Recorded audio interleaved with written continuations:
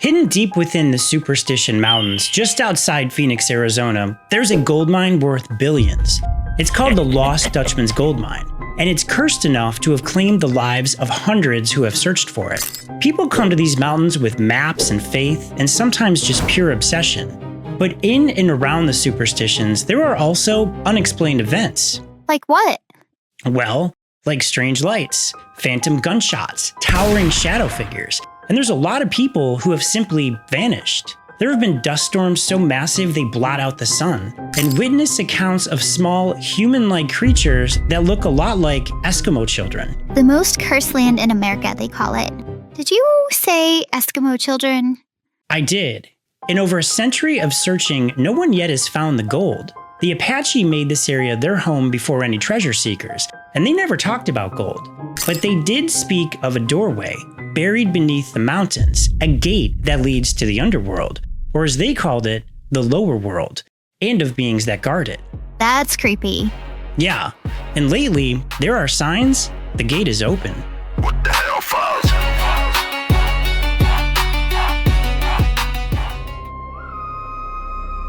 Our ancestors believed in a passage between here and the lower world, hidden deep within these mountains.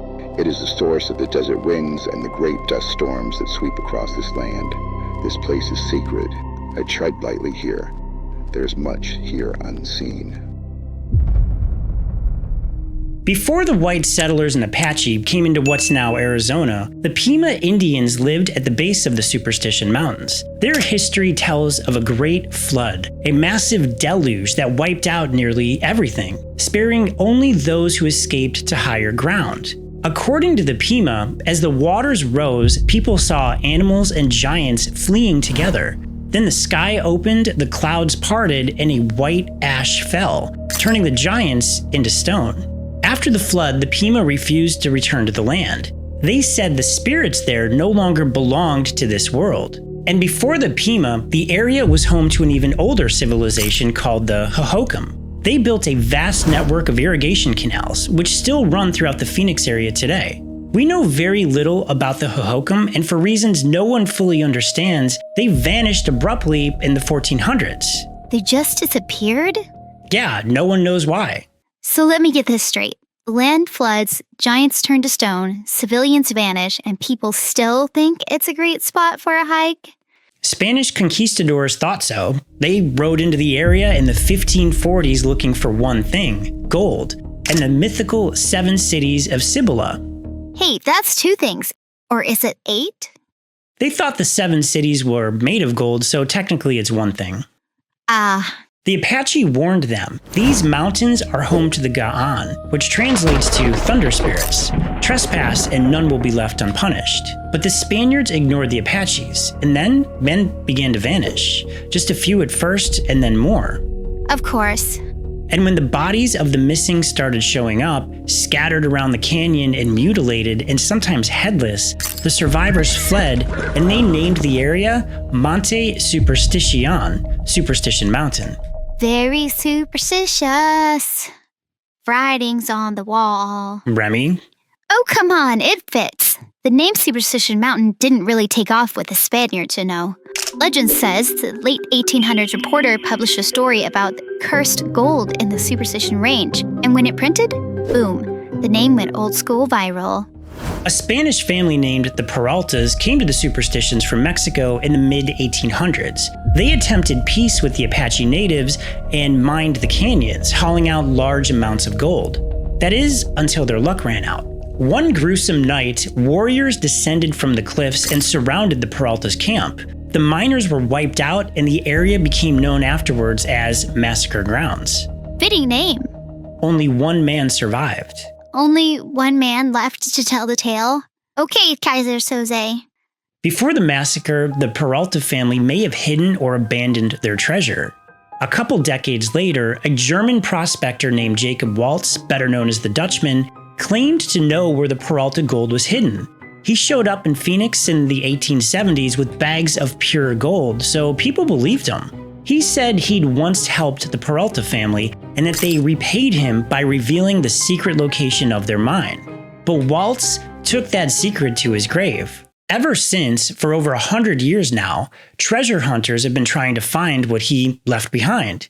That fortune is now called the Lost Dutchman's Gold Mine. So what about all the supernatural stories tied to these mountains? The lights, the disappearances, the feeling that something is watching from the dark. The Apache knew the mountains held gold, but they never took it or talked about it. To them, the gold belonged to the spirits. It was guarded and not meant for humans. They believed taking it would awaken the spirit realm beneath the earth, the lower world. The gate! I went to the top of the mountain. The sky and everything looked beautiful. That night, I lit a fire. All of a sudden, I saw people coming up. I saw shadows. They were 7, 8 feet tall. People might call them black energy or black fire. There were 6 of them running in circles and taunting me. I prayed for morning to come.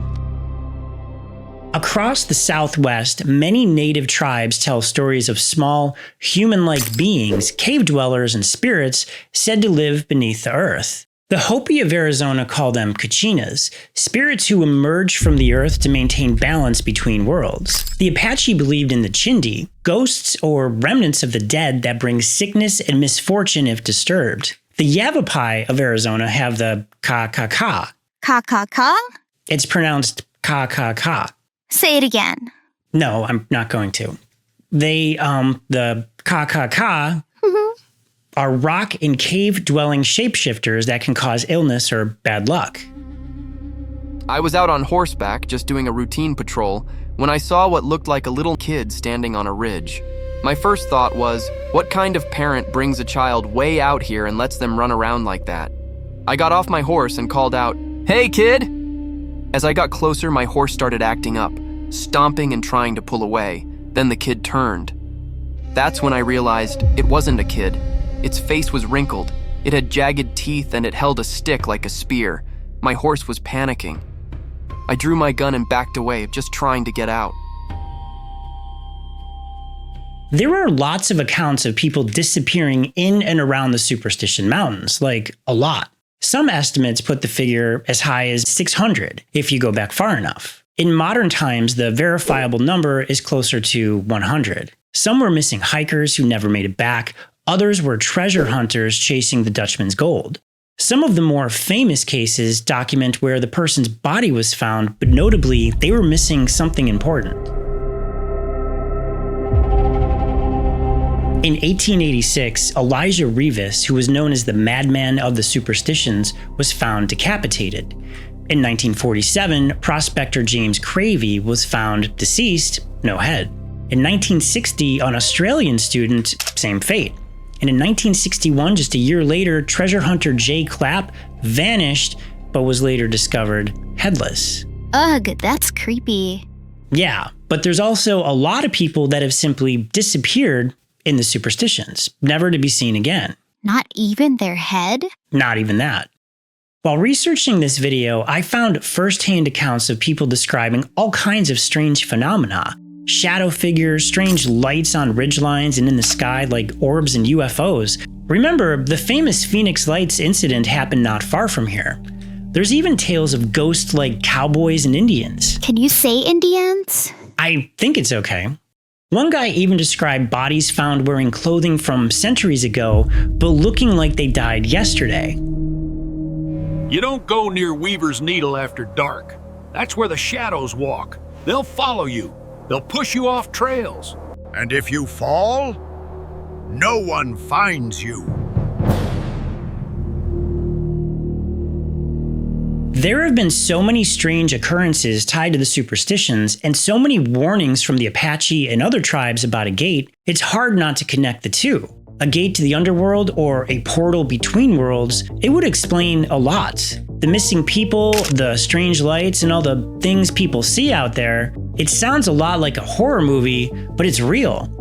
So if the gate exists, what powers it? Well, there are some theories. CERN, the European Organization for Nuclear Research, runs the world's largest particle accelerator outside Geneva, Switzerland. It's a 17-mile underground ring where scientists smash protons together at nearly the speed of light. recreating conditions just after the Big Bang. They're studying the building blocks of reality, dark matter, quantum fields, things like that. But CERN isn't without controversy. A lot of people believe what they're doing is dangerous, that they're tearing holes in reality, opening doors and portals to other worlds. And there are particle accelerators like CERN all over the world. There's even one under Chicago. And you know something else? The Superstition Mountains aren't the only place with stories about gates and portals and strange phenomenon. In the Southwest alone, you've got Sedona, famous for its vortexes and weird energy fields. Skinwalker Ranch in Utah, that one's really spooky. And there's Roswell, New Mexico. And don't even get me started on Area 51. So could these particle accelerators, which consume massive amounts of energy, be disturbing portals that already exist around the world, kind of jarring them awake? I think so.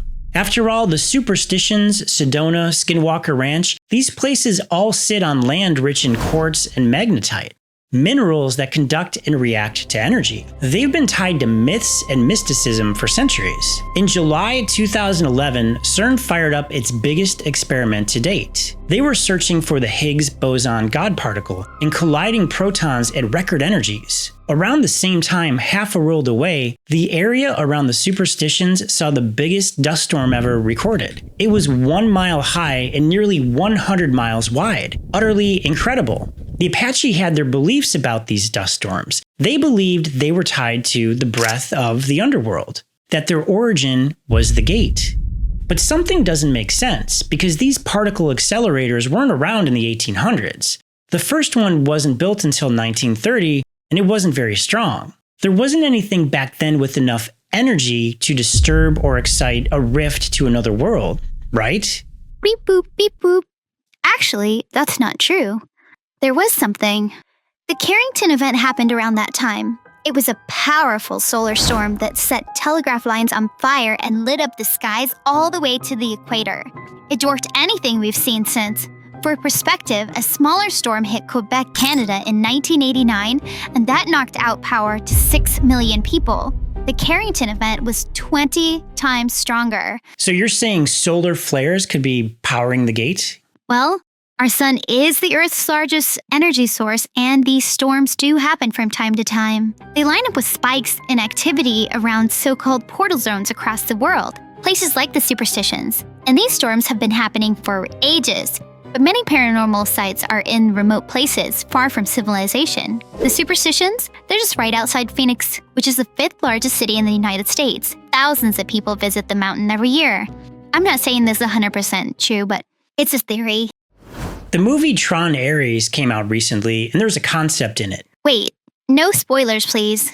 It's a minor spoiler, so fair warning. In the movie, there are entities from the grid that can cross into our world, but only for a short time before they evaporate or dissolve. Maybe energy portals work the same way. Entities pass into our world, but exist only for a brief time before they dissipate. I don't know, I'm not an expert on creepy desert portals, but there's so much weirdness around these places, it's hard to ignore. I'll leave you with this. A recent disappearance that really got to me, partially because I've heard other stories just like this, but from different places around the country. It's amazing because the account is of a person who vanished from a trail just steps away from their car. Missing in Arizona. When I looked up, he was gone. 25-year-old Khayman Welch, or Kai as his family calls him, went missing. Family continues to search for answers. On the evening of August 12, 2020, 25-year-old Khayman Welch and his uncle pulled off a remote forest road near the Weaver's Needle Vista in the Superstition Wilderness area. They stopped to watch the sunset. Khayman walked toward the trail's viewpoint sign around 7:15 p.m., saying he wanted a better view, so he walked southeast toward the base of Weaver's Needle. His uncle stayed at the car. He was missing only a short while before his uncle called for help. Search teams arrived and used drones and thermal imaging, K9s and crews searching on foot. But there was nothing. There were no footprints leading off the path, no trace of him at all. He simply disappeared a short distance from the car. It's as if the desert swallowed him. Somewhere between science and superstition, something ancient awaits. And the question remains, Was it us who opened the gate? Or something else? Well, thanks for watching to the end if you made it this far. Yeah. I know one thing I learned is that I won't be heading into the superstitions anytime soon, especially at night. I think we should go and investigate it. Maybe if we get enough likes? I think we're going to end the video here. My name is Craig. And I'm Remy. Don't forget to subscribe, or the Thunder Spirits might get you. That's quite enough. Also, like, because I want to go out and investigate. Yeah.